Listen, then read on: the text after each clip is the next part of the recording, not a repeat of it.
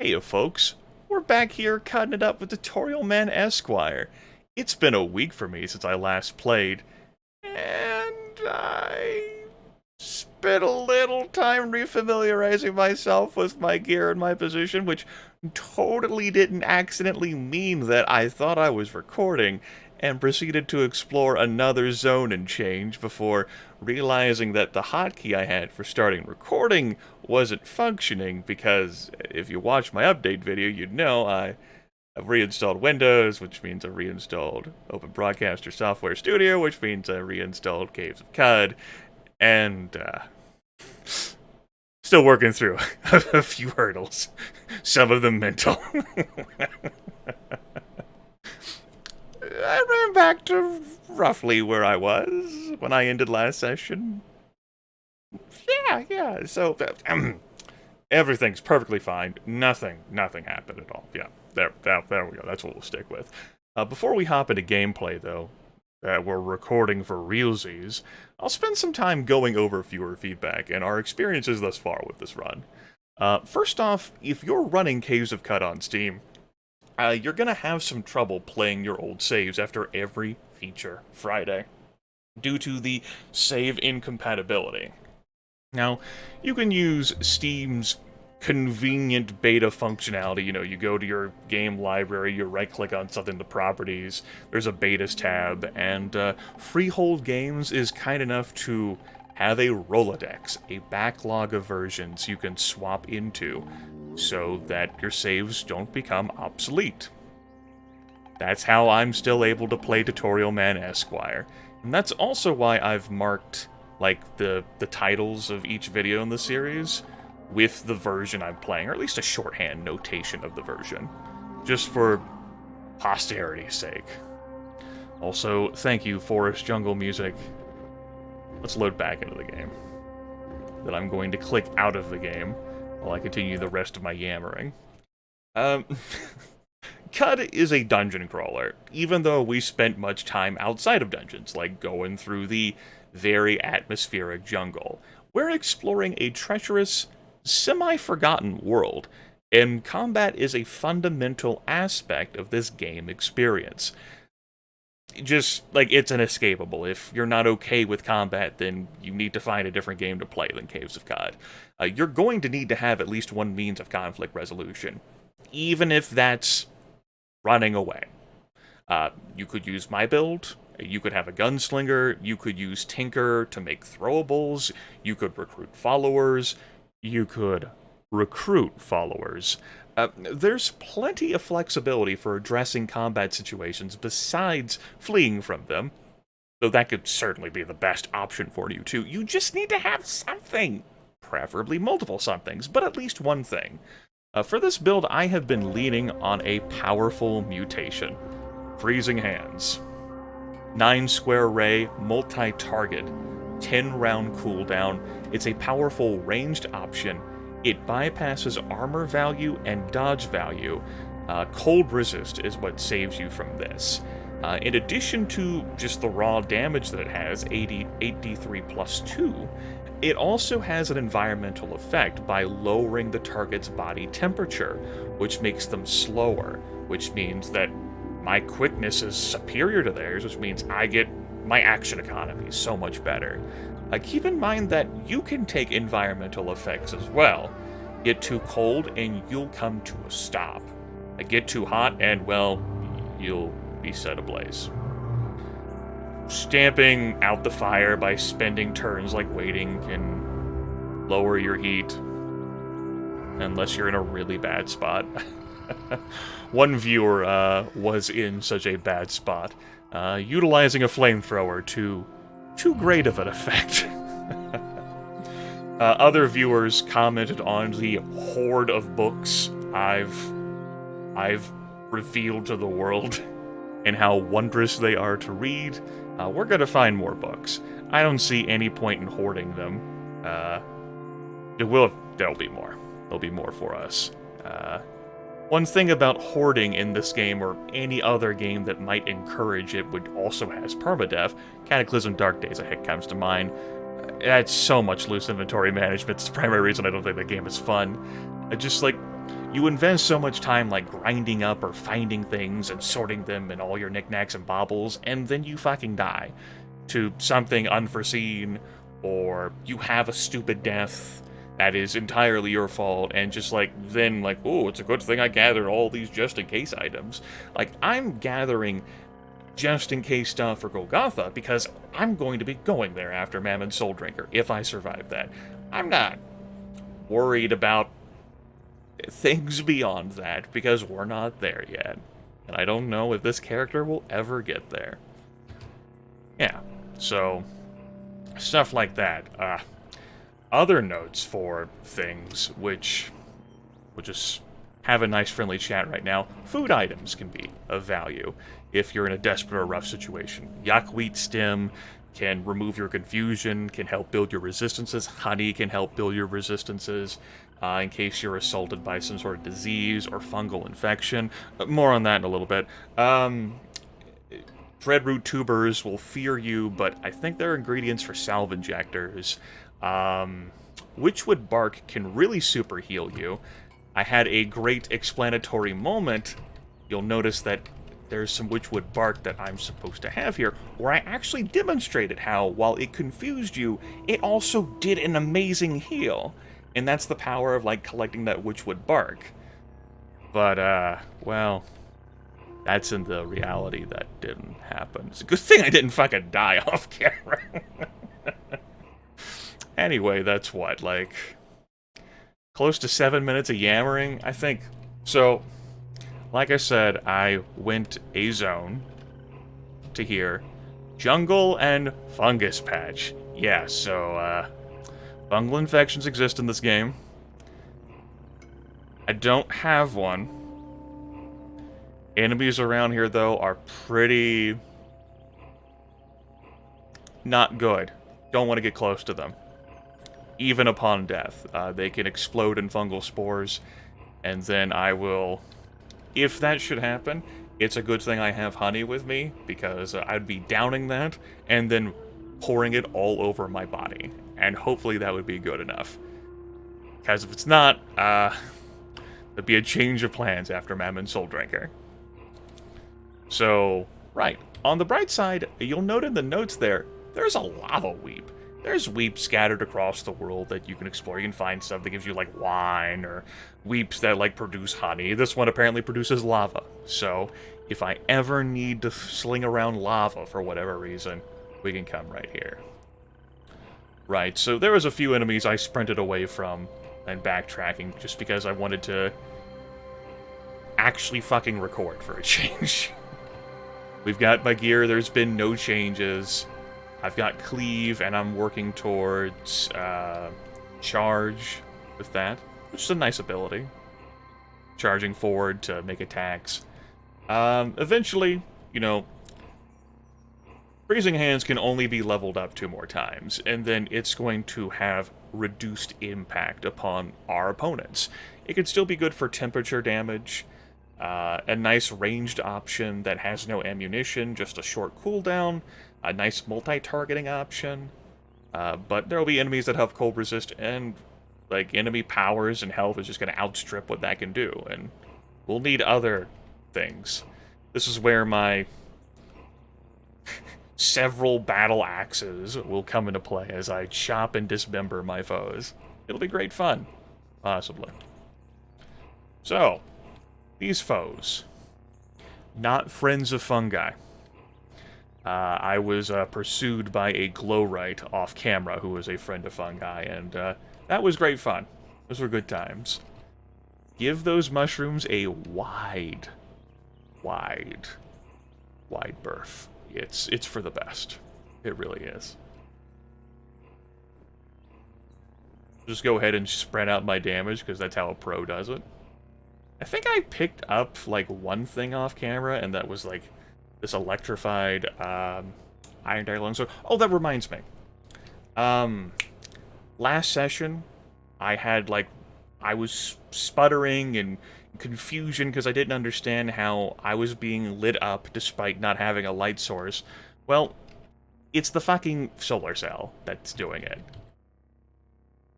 Like, that is the reason why there has been light around me. It's not nighttime right now, but that's what's been producing the light. Normally, I shouldn't have this equipped, because, you know, then my friend and yours comes around with the Electrobow, and I'm not warned about him because my sinister warning presence, for whatever reason, isn't appearing. Maybe I should roll back to version 165 so I can have that back. Or 164. Whatever version my Stilgar and Liet Kynes are from. I hope that blowgunner comes out to me. Yep, the sun is rising.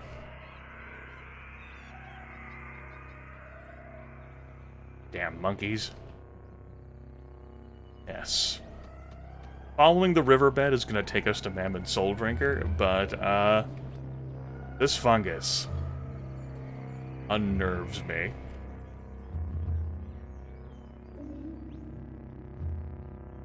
Don't want to have anything to do with this. You can see the lava weep over there. Producing lava. As it does. Because sure, why not? That's what we needed in life.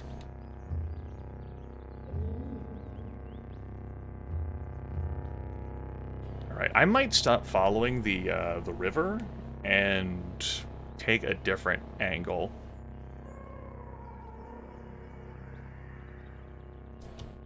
I went through the zone, and then it was as I was coming into here, I was like, oh no, the recording. Okay, we got a brooding gold puff.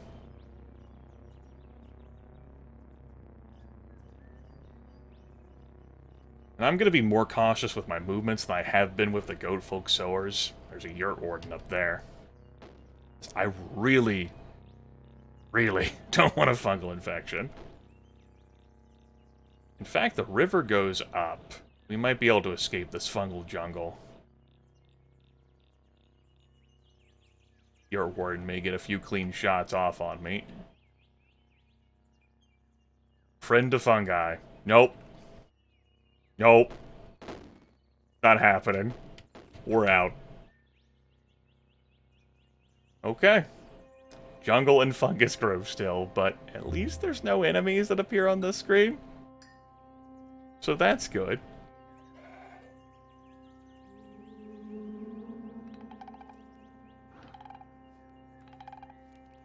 A salt weep? Huh. Neat. Salt weep and lava weep so close together. I don't think salt weep is that interesting since you can just, you know, take salt water, pour on the ground, have dilute salt, whatever. And also, apparently, there is an enemy out here. I was gonna talk to that guy. The wild-eyed water vine merchant, but, seems there is some... Hello, Yurt Warden. Goodbye, Yurt Warden. Some ape fur gloves. Reduces your reputation with apes. It gives you some nice cold resist. I'd rather have the elastine gloves we've currently got on, though. Let's have a drink. Live and drink, friends. Live and drink. What kind of gear am I hoarding here? 3 desert rifles, because that's really necessary. Just drop one of them. Drop that steel buckler, too. It's fine, we're good. Load this up. And load that up. Alright. Easy does it. The wild-eyed water vine merchant has some chilling words for Tutorial Man, Esquire.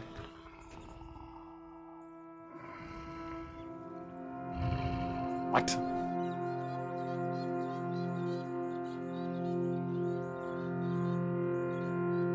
Within each man a goat, within each goat a man. And you don't talk with Mamon Souldrinker, you listen to him. Great! Gonna enjoy this listening.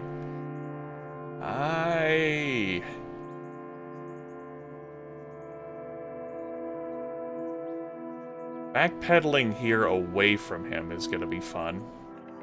But you know, It's the reality in which I exist.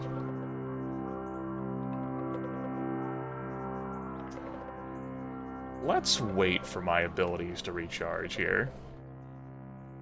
And instead of putting in like a wait 20 turns command, I guess I'll just press the wait 1 turn command. Yeah, there we go.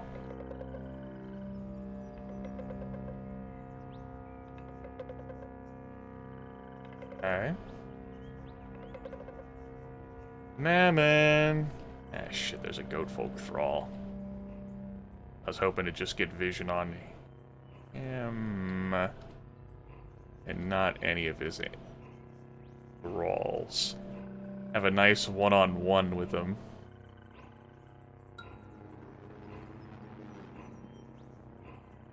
Mamon Souldrinker is dangerous. More dangerous in melee combat. As the Warden warned you.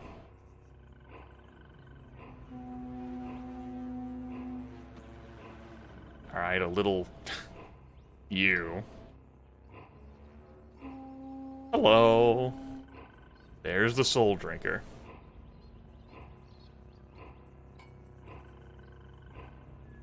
Hated by Snapjaws for giving one of their kind of unfavorable horoscope reading.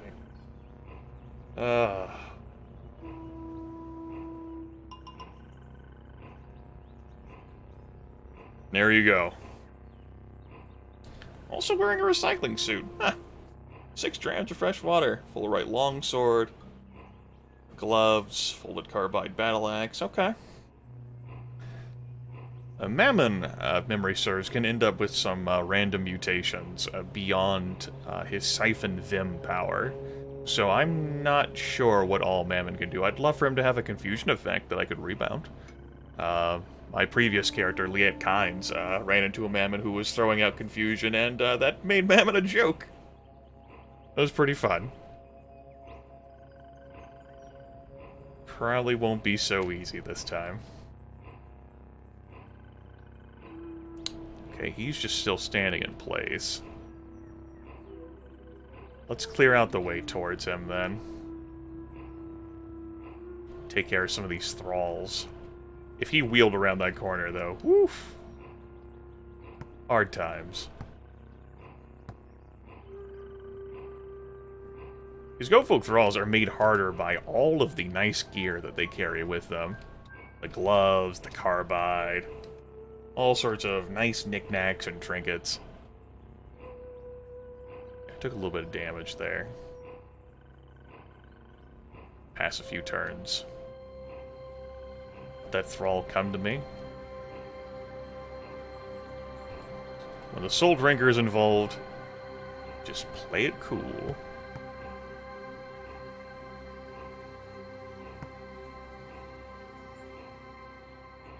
Painted steel buckler, let's have a look.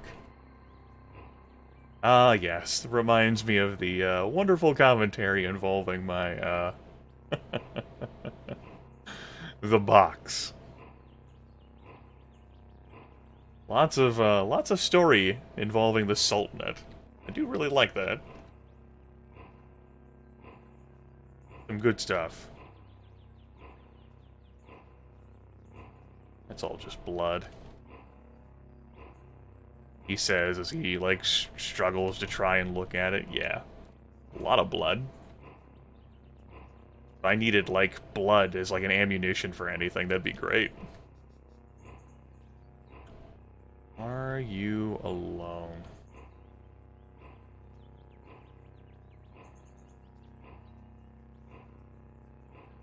Mamon moved. Oh my god, the Souldrinker? No. Bye. Hi. I mean, I got it. I don't have the range to hit him. There we go, that provoked him. Nice! Okay. He's not in the best position to really hammer. I don't want to get too close to him still. But as you can see, now he's confused thanks to my mental mirror, which does take some time to recharge. And in his confusion, he's actually doing a reasonable job of wandering over to me, so... Why not take this up? He really is doing a great job of wandering around to me despite being confused. Oh, it's so hard to... Cider Weep? No shit!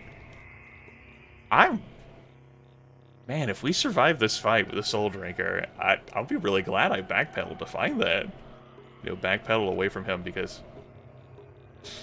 Yep, that's him hitting me with the confusion. Now here I am stumbling around with all these fucking mushrooms.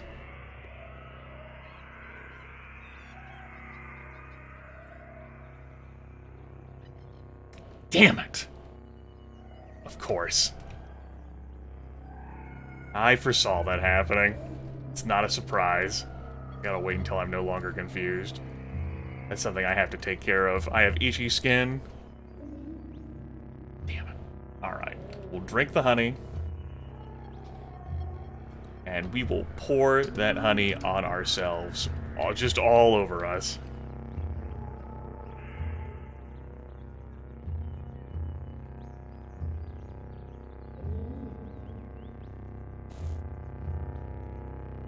Well, we live in interesting times. That's really all I got to say about that.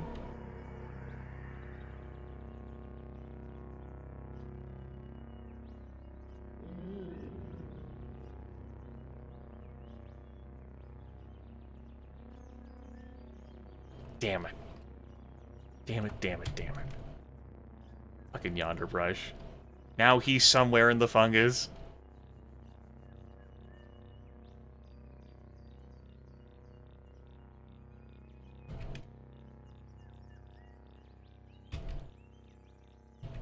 This is your fault, stupid fungus. Gotta get this spray bottle.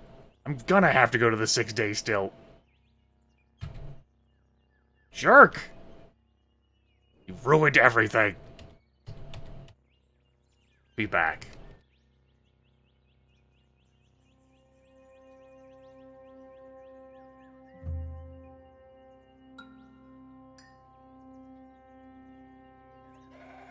But as you can see, he's doing fine. We're doing fine.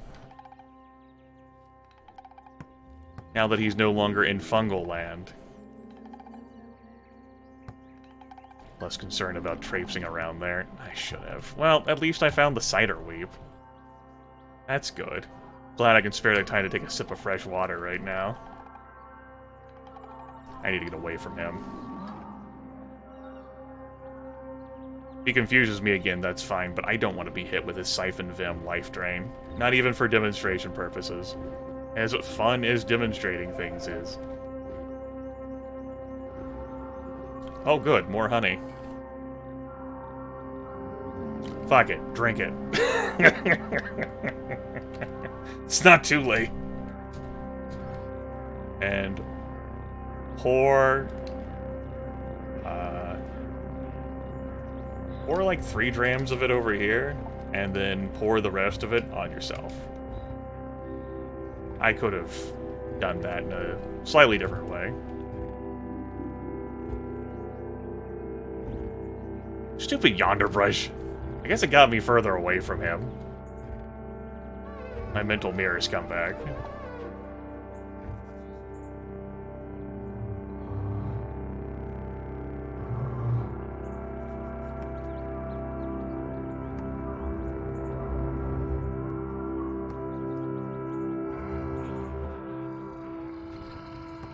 Grimith is quiet as he intensely focuses.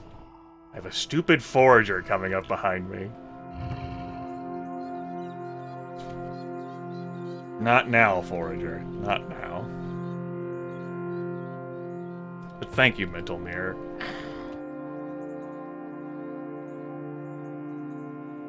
You've done well. Oh, there he is. He got flung by the yonder brush, too.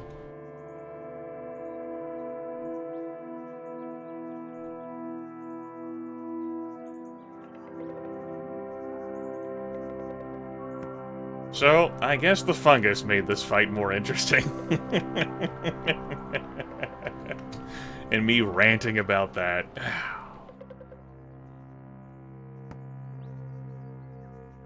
Let's play it cautious.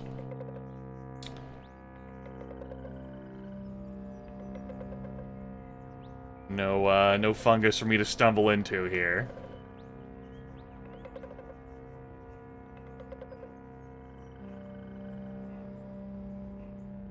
Again, keeping my distance so as not to be hit by his Siphon Vim ability.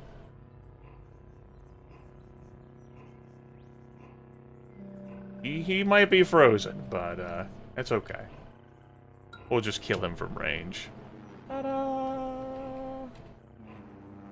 And there you have it.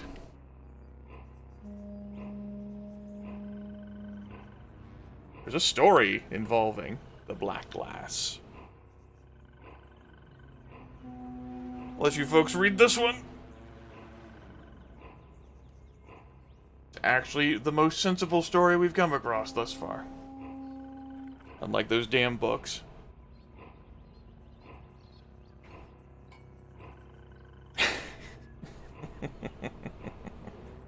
Well, I guess I lived, and I guess there's a cider weep. And a lava weep. And a salt weep. Damn it. Maybe I can still do Golgotha first before I head for the 6-day stilt. I'll have to give it some thought. So, equipping the prism makes it a permanent fixture in your life. And if nothing else in the game kills you, the prism eventually will. There's such great power in it, though, that I'd understand if you might be tempted. See, the bonuses and penalties get more severe the longer you have them the prism equipped. Eventually, you will run out of willpower, but your ego will be tremendous. I also think there's an achievement for equipping the damn thing, but that would inevitably put a timer on this run. Alright, I am immensely overweight. Let's just drop the desert rifles. I could also drop the recycling suit as well. I don't need another one of it.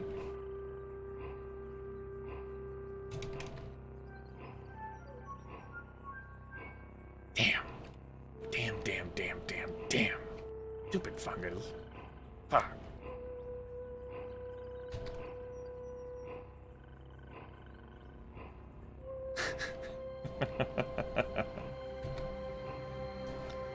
We'll be fine. I just have to apply myself.